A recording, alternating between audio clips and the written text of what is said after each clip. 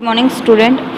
आज हम class 9th के एनसीईआरटी बुक सैमुक्षी के प्रथम भाग का अध्ययन करेंगे, जिनका नाम है भ्रांतो बालक अर्थात भ्रमित बालक।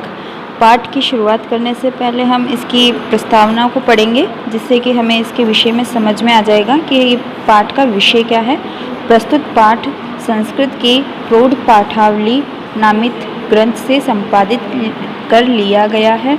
इस कथा में एक ऐसे बालक का चित्रण किया गया है जिसका मन अध्ययन की अपेक्षा खेल कूद में लगा रहता है। यहाँ तक कि वह खेलने के लिए पशु पक्षियों तक का आह्वान करता है, किंतु कोई उसके साथ खेलने के लिए तैयार नहीं होता है। इससे वह बहुत निराश होता है। अंततः उसे बोध होता है कि सभी अपने अपने कार्यों में व्यस्त है, केवल वही बिना किसी कार्य के इधर उधर घूमता रहता है। वह निश्चित करता है कि अब व्यर्थ में समय गंवाना छोड़कर अपना कार्य वह करेगा। यानी एक बालक होता है जो पढ़ाई के समय को छोड़ करके खेल कूद में अपना समय व्यतीत करता है, परंतु अंत में उसको ये प्रतीत होता है कि इस दुनिया में कोई भी व्यक्ति व्यर्थ में अपना समय व्यर्थ नहीं करना चाहता, और वह भी जो है अपना समय उपयोग में करने के लिए फिर से पाठशाला की ओर गमन करता है। तो आइए अब पाठ को स्टार्ट करते हैं। भ्रांत कश्चन बालकः पाठशाला गमने वेलाया क्रीडन्तु निर्जगाम।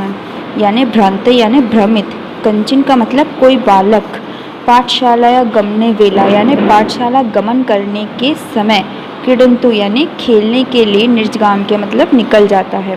कि कोई बालक, भ्रमित हुआ बालक पाठशाला के समय में खेलने के लिए घर से निकल जाता है।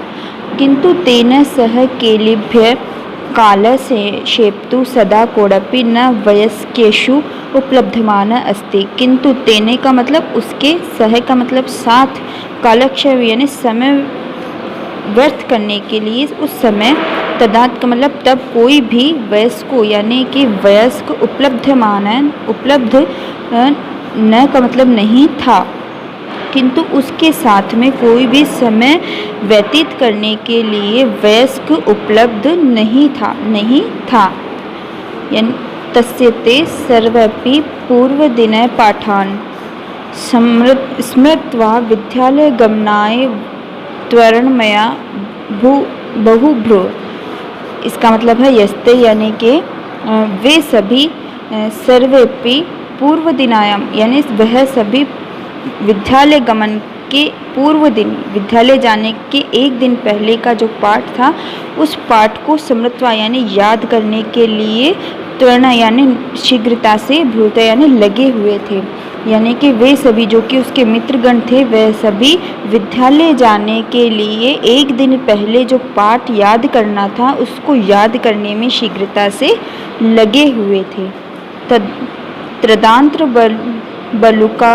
त्रदा बलुर्बालो लज्जया तेषा दृष्टिपथमपि परिहरणस्नेहकाकी किमुत्थान प्रविशति।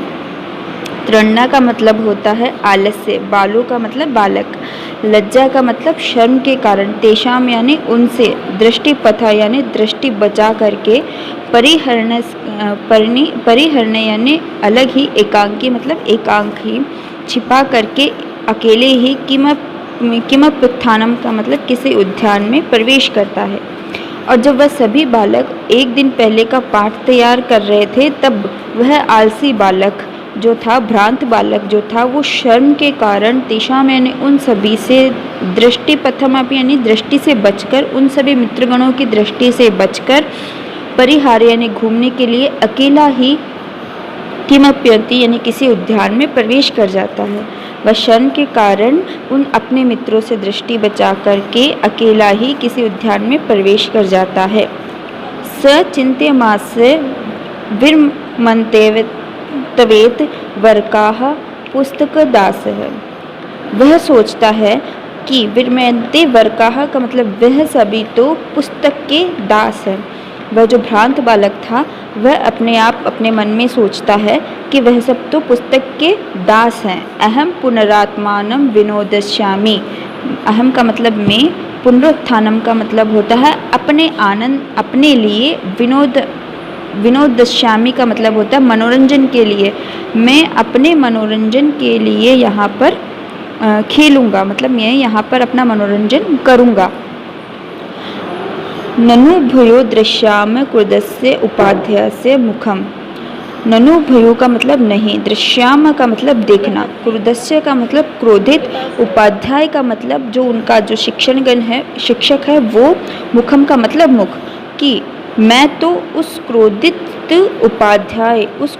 उपाध्याय का मुख बाद में ही देखूंगा। मैं उस क्रोधित उपाध्याय का मुख बाद में ही देखूंगा।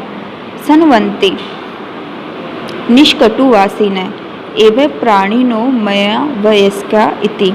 संतवन्ते, संति और एते, इसमें दो शब्द है, संति और एते। संति का मतलब है और एते का मतलब यह है। यह निष्कुटवासिनी यानी कि जो पेड़ की कोटर होते हैं उसके अंदर निवास करने वाले प्राणी। मया यानी मेरे, वयस्क यानी मित्र, इति का मतलब है कि इस जो है पेड़ के कोटर में निवास करने वाले प्राणी मेरे मित्रगण हैं। अगर कोई भी मेरे साथ नहीं है तो इस पेड़ में निवास करने वाले मित्रगण ही मेरे पक्षीगण ही मेरे मित्र हैं। अतः स पुष्पोद्यानं व्रजन्त मधुकर दृष्ट्वा तय क्रीडे हेतु आवाहनयत। अतः का मतलब तब, सह यानी वह, पुष्पोद्यानम यानी कि पुष्प के उस बगीचे में, पुष्प का मतलब फूल, फूलों के उस बगीचे में, व्रजंत का मतलब घूमते हुए, मधुकर का मतलब भंवरे, दृष्टवा का मतलब देखता है, तक क्रीडंत आहवाते यानी क्रीडंत का मतलब खेलना, आहवाते का मतलब बुलाता है। तब वह फूलों के उस बगीचे में जो एक घूमते हुए भंवरे को देखता है और उसे अपने साथ खेलने के लिए बुलाता है। यानी कि जब उसके साथ कोई खेलने के लिए नहीं आता है तो वह पक्षीगणों को अपना मित्र बनाता है, और जब वह एक भंवरे को उस फूलों के उद्यान में घूमते हुए देखता है तो वह उसे अपने साथ खेलने के लिए बुलाता है। फिर आगे देखते हैं। स द्विस्त्रेयस्य आह्वानमेव न मानयामास, कि सह यानी कि वह जो भंवरा था उसके बारे में कहा जा रहा है कि वह जो भंवरे को, वो जो बालक है, सह यानी यहाँ पे उस बालक के लिए कहा जा रहा है कि सह यानी वह बालक, द्विस्त्रिया यानी दो तीन बार आह्वान का मतलब आवाज़ लगाता है, 2-3 बार आवाज़ लगाता है, तो वह जो भंवरा होता है वह उसको देख मान्यमास यानी कि वह उसे सुनकर भी अनसुना कर देता है। तयो भूया भूत हटमासा चरित।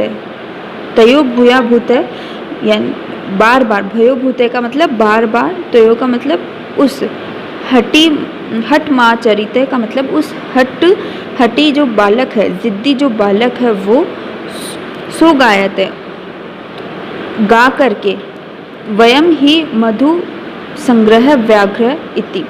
जो मधु का मतलब होता है पराग, संग्रहण का मतलब एकत्रित करने में, व्याघ्र का मतलब लगा हुआ।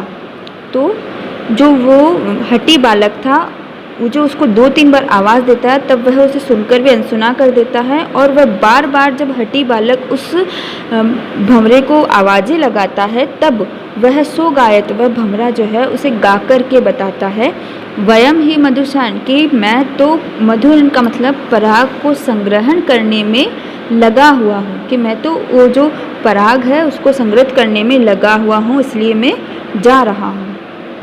तदा स बाल, तब वह बालक, कृत्यमेन मिथ्या गर्वितेन कीटेन इत्यंतो। तदा तब, सह